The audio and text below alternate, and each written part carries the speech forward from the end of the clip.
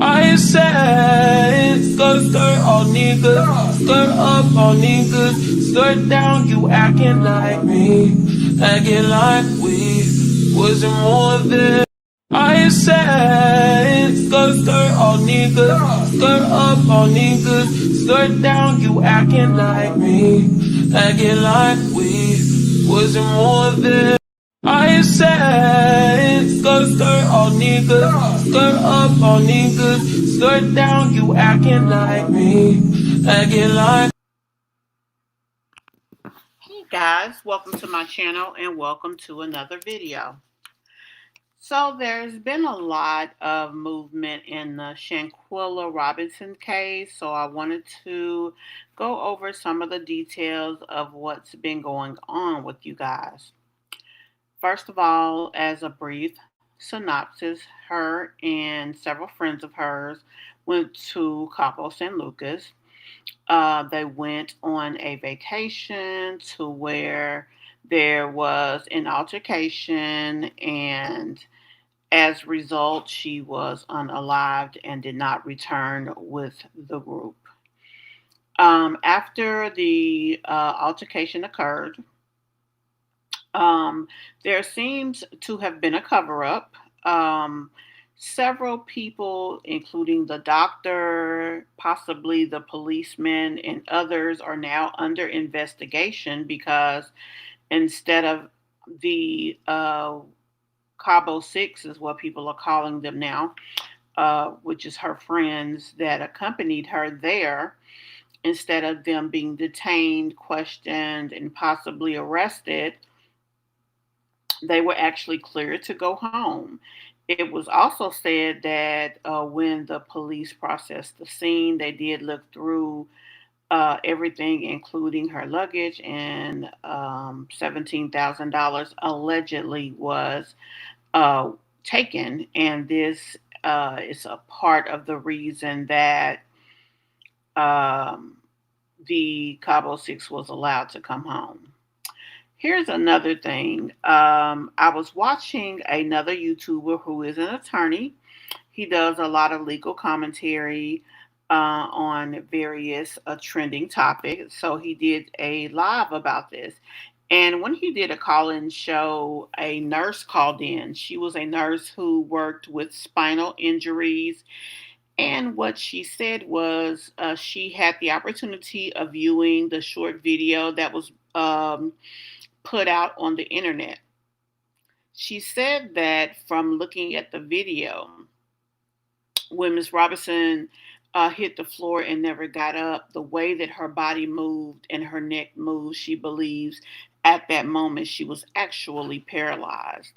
And because she was paralyzed, that's why she never got up on her own. And when people was asking her to get up and to move, why she did not, because I too saw the video and I also noticed that there was not movement. As a matter of fact, I initially thought that that was when the trauma actually happened. Also, the way her neck moved to me looked like it was signs of a head injury. Now, another thing that was said when her mother was called is that she threw up several times. Well, throwing up is also signs of a head injury. It can be of a concussion or other various head injuries. Another thing that was said is that her eyes had where you could see the uh, veins in the eye, the red veins. Now I know a lot of times people see little dots in the eyes and they call it petechiae. I'm not quite sure if the veins are also petechiae or is it just little red dots that is the petechiae. Either way, this is a sign of the inability to breathe properly. And because of that, it's a suffocation. Now, according to the autopsy, she expired shortly after her injuries, and she suffered internal decapitation. And from that, um, what can happen is anytime you have a situation to where you're paralyzed, especially in the neck area, it can very easily result in your inability to properly breathe. And because of that, you're actually suffocating. Although people can look at you and not be aware of that. And so that is something that could have very possibly been the case. Now, it was said that there is another video out there. Now, for me, until that video surfaces, I'm going to assume that it does not exist. In this particular video, however, they were saying that Winter actually um, like did a body slam of some type, and that's when she actually didn't move. Well, when I saw the first video, for me, I did not see her move anymore after that particular video. Now, another thing that was said is that the Cabo Six actually stole money from her. That is what I've heard, and that is also been said. She had quite a bit of money on her. She was a very successful businesswoman, and she, I guess, went out of town to really enjoy herself. Now, another thing that was brought to the light is the fact that she was clearly drinking the night before all of this madness occurred, yet the autopsy said that there was no alcohol. My understanding is that she is having an additional autopsy. Now, I don't actually know if that occurred prior to the services of celebration that occurred this past weekend, or if that's something that's happening after the fact. But whatever the case is, at some point that is supposed to happen. And so once that happens, the family can possibly get more answers. Now, since the last case or last update I did, like I said, I wanted to speak with you in reference to the updates that had happened. A red notice, which is an interval crime uh, diagram, was actually issued. A red notice, actually, red notice, which the Interpol crime um, has a level from, I think, yeah, green to red of notices that they enter on people based on certain criteria, based on crimes that have been committed and things of this nature. Red notice being the highest, and there was one issued for one of the friends. Now, I want to say this: the information put out by the prosecuting attorney there in the area that Cabo falls under, he did not issue a name with his information that he put out. The name was actually put out from an investigative reporter there in Mexico. He is in constant contact with a couple of local news outlets and vloggers. And so he put information out in reference to this case.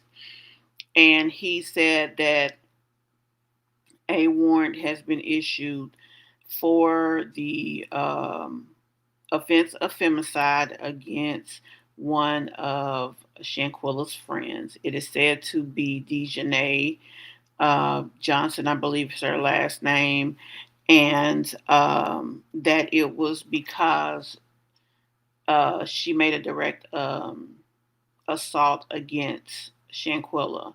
Now, let me also say this: it was put out for the offense of femicide, and this is a offense against a woman.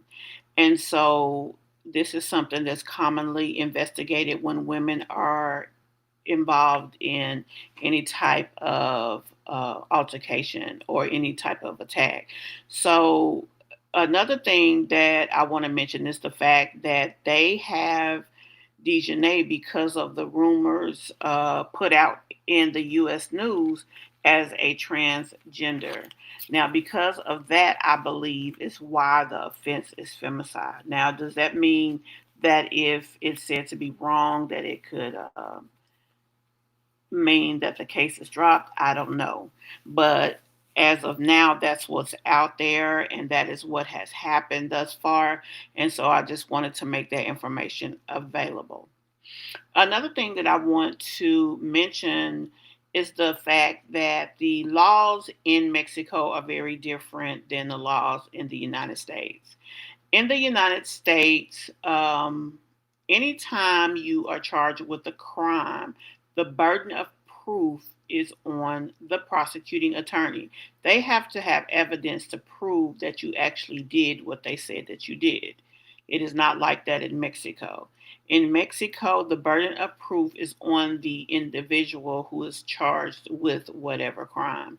So if they say that you um, harmed somebody, you basically have to prove that you did not. They do not have to prove anything. So that is going to make this situation very different from whomever is charged with a crime in that country. So that is just something that I wanted to bring to your attention because it makes this situation even that much worse. Not to mention, in Mexico, it is said that most of the prisoners are ran by cartel, which means that a lot of time you need to pay protection just to be able to be um, unharmed there. Another thing is the fact that you are a foreigner who brought a lot of attention to to their country. So this is something that could be um, problematic, let's just say, for the individual who did so. So that's just something to look at. Now, another update that has happened is since the last video that I did, a new video surfaced of Shanquella asleep in a hammock outside of their vacation spot. Now, the young man who made the video was saying um, basically our first dead body. And what he just meant was that she was asleep. A lot of people wanted to make this mean more than what it actually meant. And that's unfortunate. But yeah, as far as what he was saying is that this is the first person who's fallen asleep.